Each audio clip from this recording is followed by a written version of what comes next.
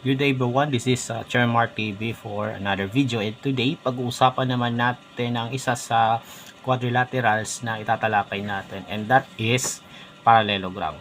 So dito sa video na to ay i-discuss po natin yung properties ng parallelogram and paano natin i-apply ito.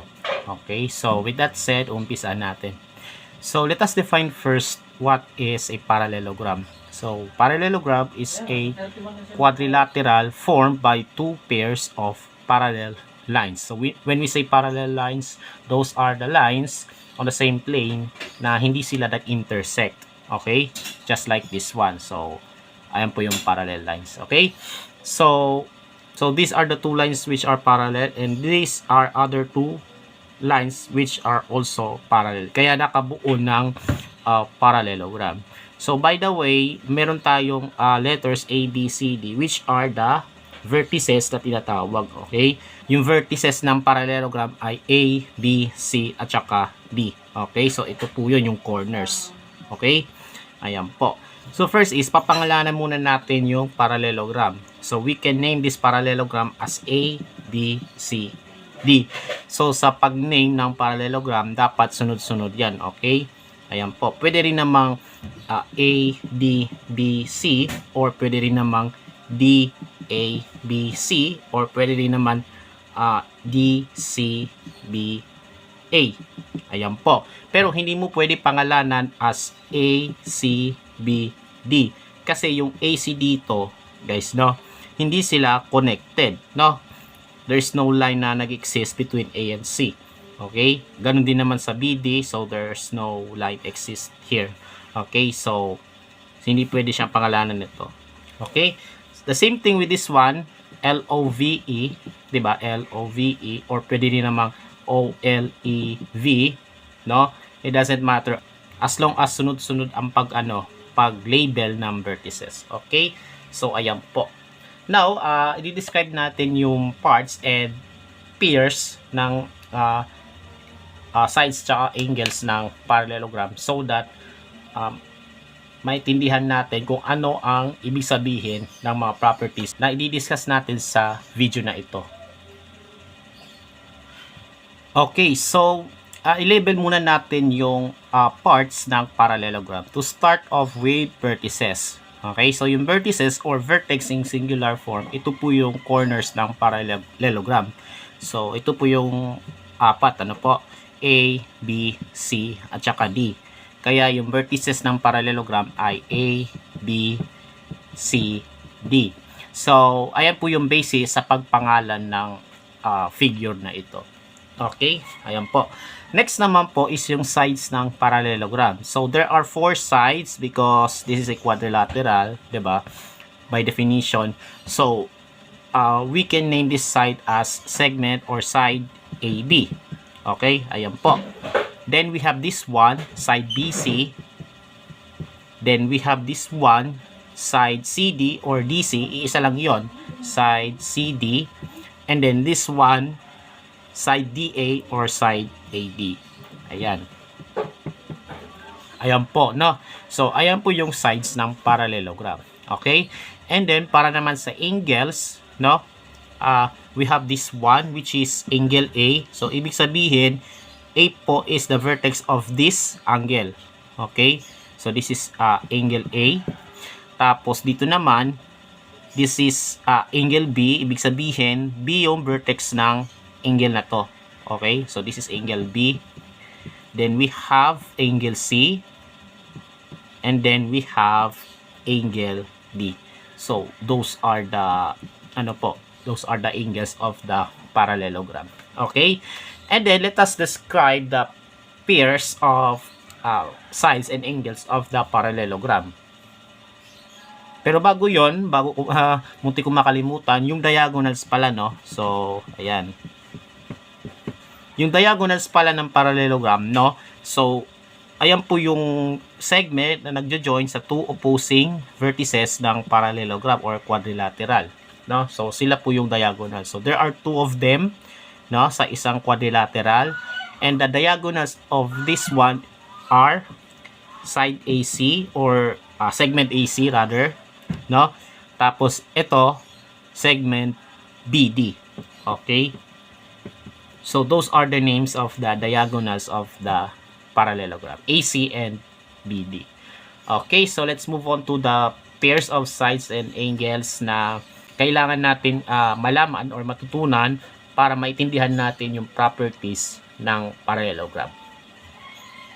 Okay, so yung first pair of parts ng parallelogram ay yung opposite sides. Ito po yung sides na magkatapat sa isa't isa. Dati hindi sila magkatabi, magkatapat, 'di ba? Kaya tinawag silang opposite sides. So two sides which are opposite to each other, so we have these two sides AB and DC. So side AB and side DC. So sila po yung opposite sides ng parallelogram. Okay? Another pair of opposite sides are this one and this one. Okay? Side AD and side BC. Okay? Side AD and side BC. Okay? So sila po yung pares ng opposite sides ng parallelogram. Next pair naman po is yung opposite angles ng parallelogram. So just like opposite sides which are magkatapat sila sa isa't isa, no? These two and these two, 'di ba? Sa opposite angles, sila naman yung angles na magkatapat sila sa isa't isa. So we have these two angles, angle A at saka angle C, no? Angle A and angle C.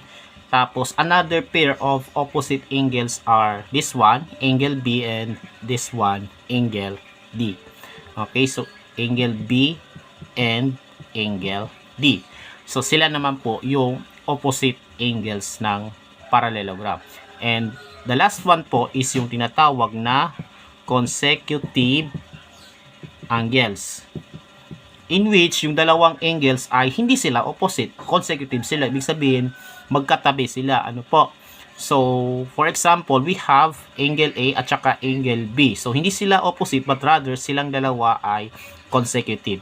Okay? So, angle A and angle B are consecutive. Angle A and angle B. Okay? Another pair is this one, angle B and angle C. No? Angle B and angle C. Okay? Another pair is this one, angle D and angle C. And then finally, these two, angle A at saka angle D. Ayan po. So, sila naman po yung pares ng consecutive angles ng parallelogram. Okay, so ngayon, alam nyo na kung ano yung side and angle pairs ng parallelogram. Let's move on to the properties. Okay, so let's move on to the properties of the parallelogram. So there are 5 of them and i-discuss po natin isa-isa. Okay, so number 1, opposite sides are congruent. So alam niyo naman siguro yung opposite sides, 'di ba? AB and DC, and then another pair is AD and BC. Okay, sila po yung opposite sides. So opposite sides are congruent. So when we say congruent, they have the same measure. Okay? So, ibig sabihin, magkaparehas sila ng sukat ng opposite sides. Okay? So, for example, kung ang sukat nito ay 13 units, ang sukat naman nito ay 13 units din. Okay? So, ibig sabihin, side AB is congruent to side DC. Okay? Another pair is this one. So, for example, 7 yung sukat ng AD. Bali, ang sukat naman ng BC ay 7 din. 'Di ba? Kasi in-apply natin yung congruency ng opposite sides. Okay? So, opposite sides are congruent. Okay? Next, number 2. Opposite angles are congruent. So, ibig sabihin, yung opposite angles daw ng parallelogram ay congruent din. So, ibig sabihin, yun nga, parehas yung measure ng dalawang angles na yon. Okay? So, the pairs of opposite angles are angle A and angle C, and the other pair, angle B and angle D. So, they must have the same measure to each other. Okay? So, for example, ito, ang sukat nito ay 60 degrees. no, itong angle B, bali ang sukat ni angle D ay 60 degrees din because opposite angles are congruent. Another pair is this one, angle A and angle C. Kung ang sukat ni angle C ay 120 degrees, ang sukat naman ni angle A ay 120 degrees din. Okay? So, ayan po yung illustration ng property na ito. Okay? So, let's move on to the next property. Next, number 3, consecutive angles are supplementary. So, when we say supplementary, those are the two angles whose sum is 180 degrees. So, pag yung dalawang angles daw, yung sum ng sukat nila ay 180, silang dalawa ay supplementary. Okay? Ayan po. So, for example, kung ang isang angle ay may measure na 100 degrees, ang sukat naman ng isa ay 80 degrees. At kapag inad po silang dalawa, which is 180, diba? So, silang dalawa ay supplementary. Okay? And then, sa consecutive angles naman po, so there are 4 of them, no? 4 pairs of consecutive angles. We have this one, this one, this one, and this one. Okay?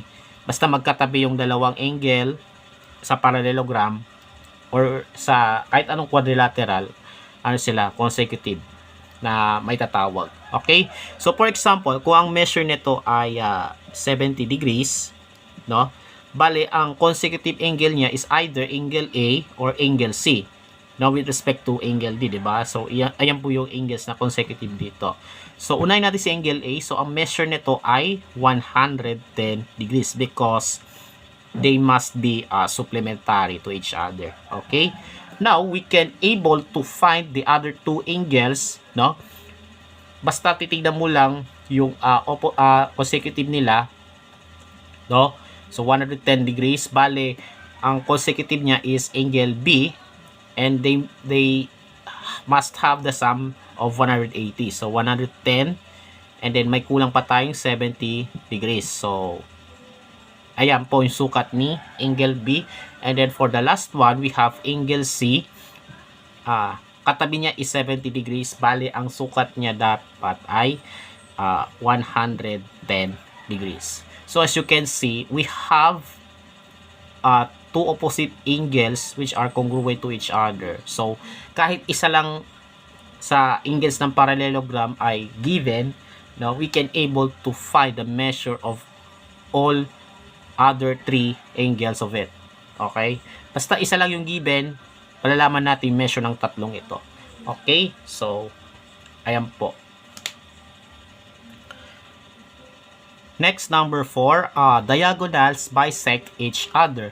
So, when we say bisect, we divide the line or angle into equal parts. Okay, so ulitin po natin.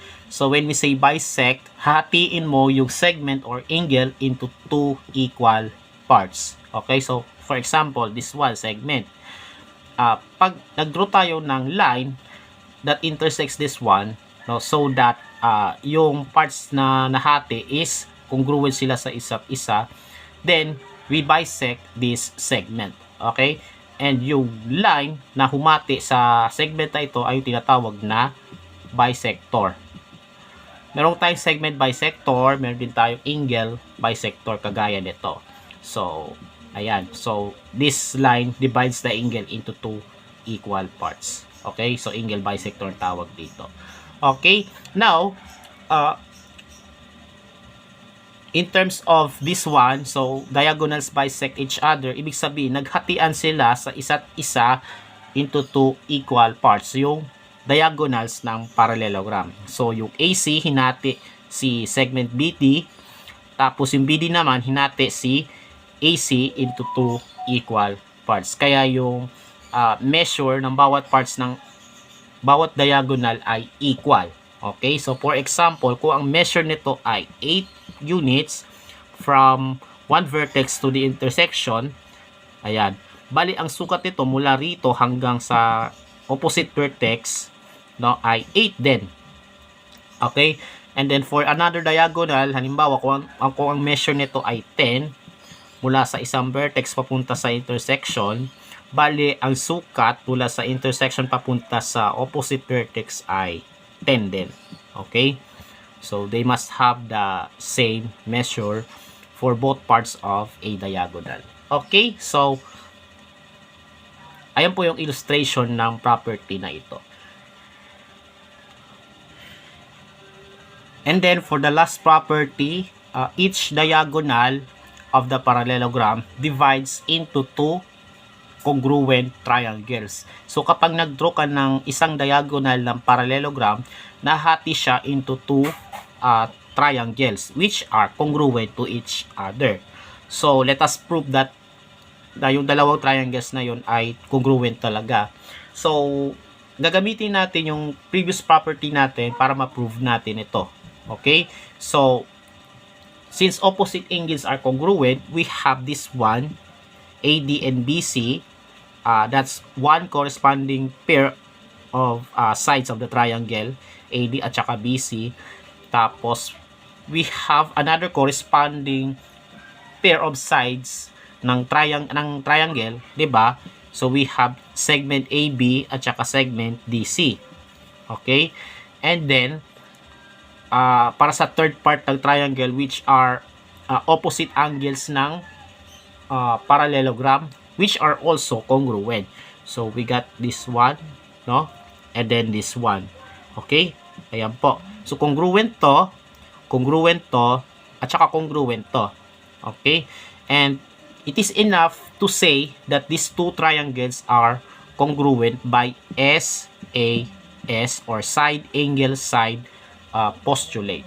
So, this means triangle ADB is congruent to triangle CBD by SAS. Okay? Or side angle side.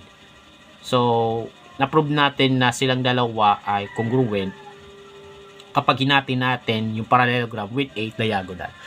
Okay, so we can do the same way for other diagonal of the parallelogram. So, gawa tayo ng pangalawang copy ng parallelogram. Okay. And then, i-label natin the same vertex. And then, we have the other diagonal. And then, let's see if these two triangles are congruent also. Okay. So, we got these two pairs of opposite sides are congruent. Ayan po. Corresponding to two corresponding pairs of triangles.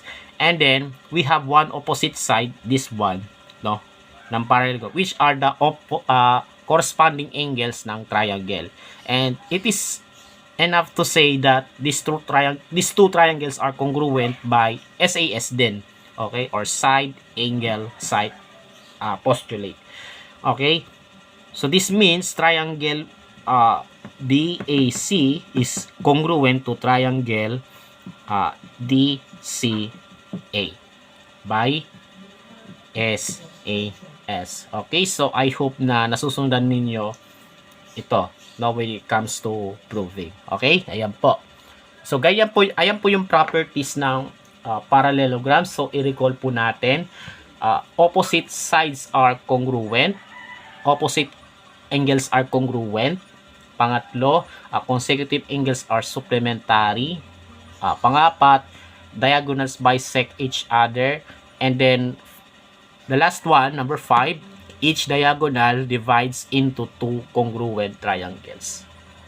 Okay, so ayan po yung properties ng parallelogram na i-apply natin when solving problems involving this quadrilateral. Okay, so let's have some examples.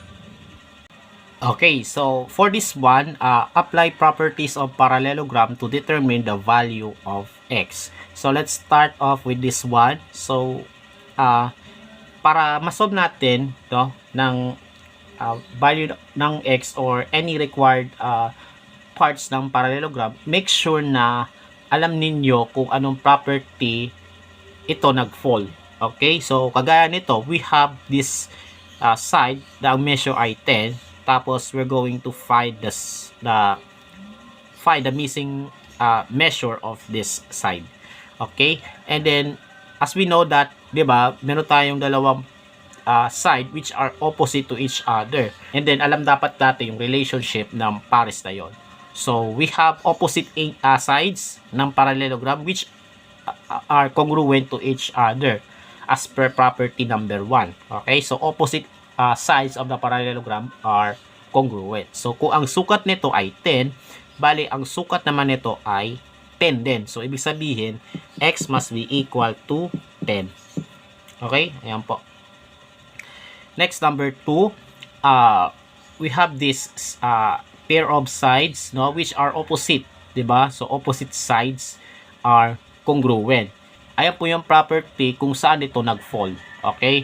So if this is 6 units long, then this side is also 6 units long. So the value of x must be 6. Okay? Ayan po. Next, number 3. So, angles naman ang involved dito. So, we have 75 degrees. Tapos, we have x degrees. And, as we can see, no, makikita natin, yung nakamarkang angles ay opposite angles. And, meron tayong property about that. 'Di ba?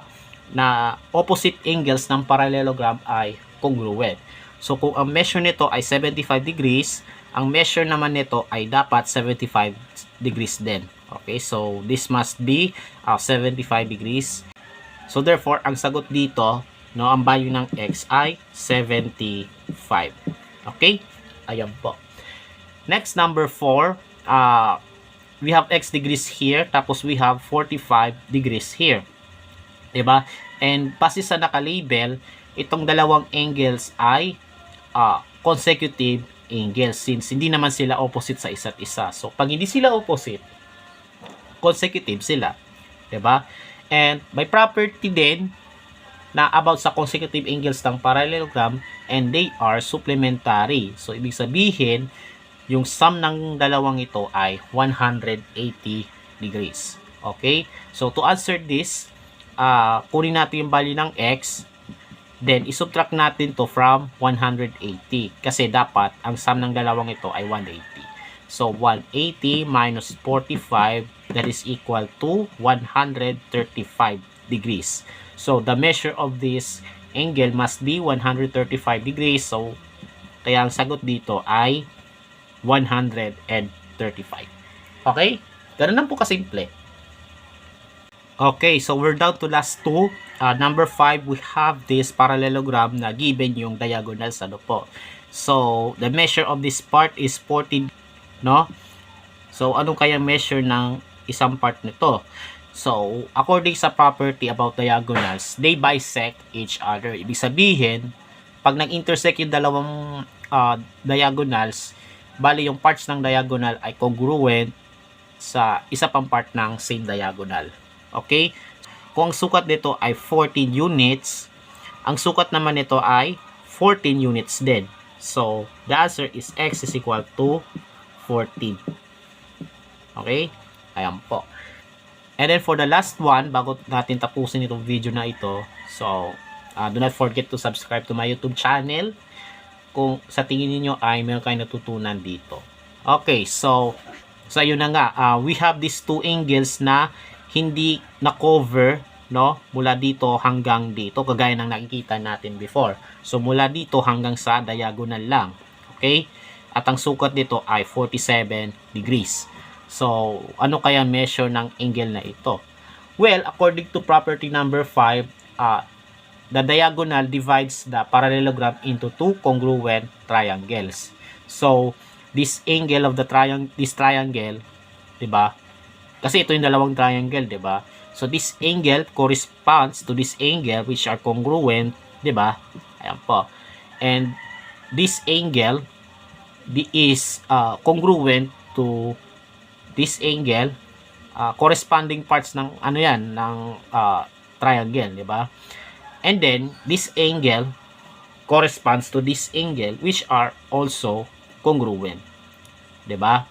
So corresponding parts of congruent triangles are congruent. So kung ang sukat ng angle na ito ay 47 degrees, ang sukat naman nito ay 47 degrees din. Kaya ang sagot po ay x is equal to 47.